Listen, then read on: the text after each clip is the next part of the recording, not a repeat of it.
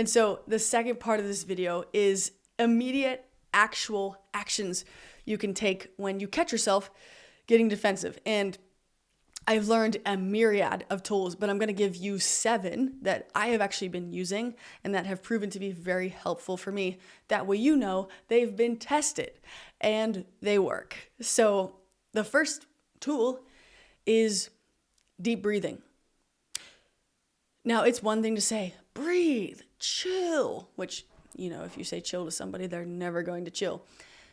And saying breathe sounds silly, but breathing techniques are really helpful for this. There's something called box breathing, where you inhale for 4, hold for 4, exhale for 4, hold for 4, then do it again. Inhale for 4, boom, boom, boom, and do the same cycle over and over again, about 10 times or so. That can help slow your heart rate down a little bit.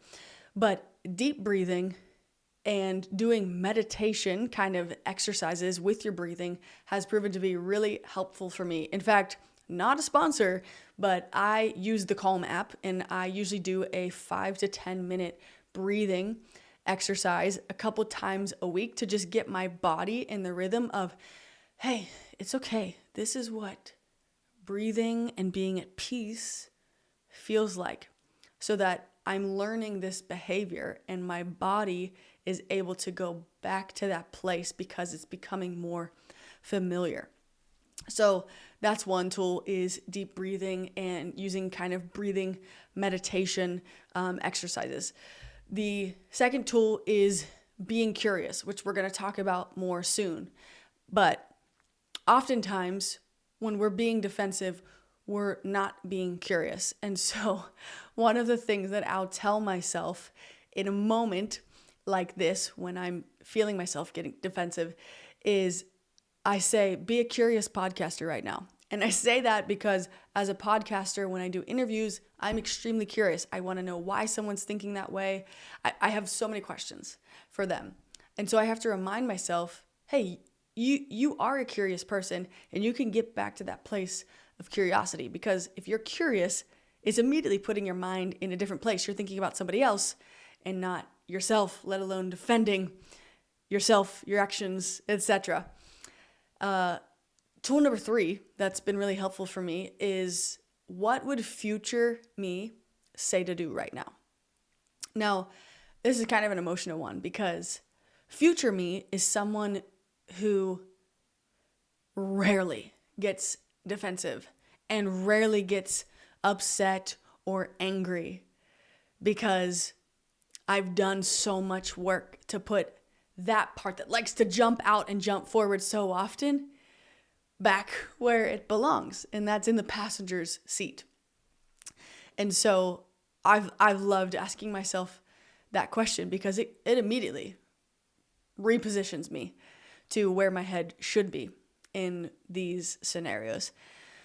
Number 4 is actually putting your hand on your heart. It doesn't necessarily need to be your heart, could be your neck. Maybe it's your bicep, hold your hands, something like that. Now, there is something that happens when the power of touch occurs on our bodies. It's essentially our nervous system going back to an emotionally regulated state.